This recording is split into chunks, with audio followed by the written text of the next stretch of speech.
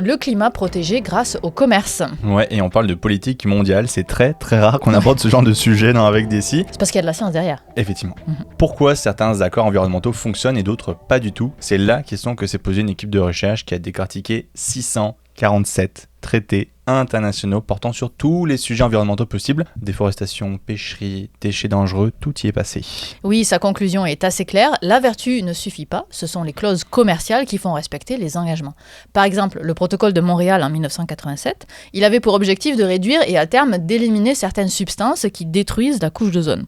Ce protocole a réussi car seuls les membres avaient accès à des privilèges économiques exclusifs. Il y avait des incitatifs importants, assez, pour pousser d'autres États à signer le traité pour ne pas être désavantagés par rapport à la concurrence. Alors qu'à l'inverse, des accords comme Kyoto ou Paris, plus consensuels et sans incitatif fort, eh bien, ils ont produit des résultats beaucoup plus limités. En fait, l'étude démontre que les États agissent par intérêt. Les entreprises des pays signataires adoptent des règles strictes pour devancer la concurrence et les non-membres finissent par signer pour ne plus être exclus des avantages commerciaux. You know, business is business. Oui.